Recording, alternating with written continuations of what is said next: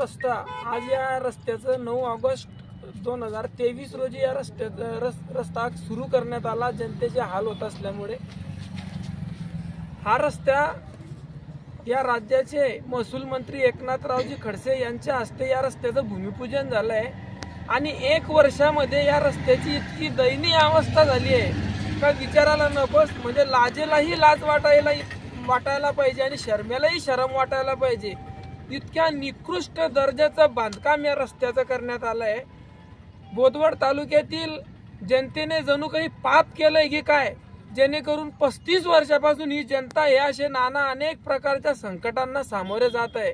अनेक सत्ता, अनेक मंत्री पद या कुटुंबाला मिळाली, या मतदारसंघात मिळाली, तरीही देखील यांना या बोदवड तालुक्याची दया आलेली नाही आहे। त्यामुळे आज हे आमरण उपोषण आज या बोदवड तालुक्यामध्ये करावं लागत आहे।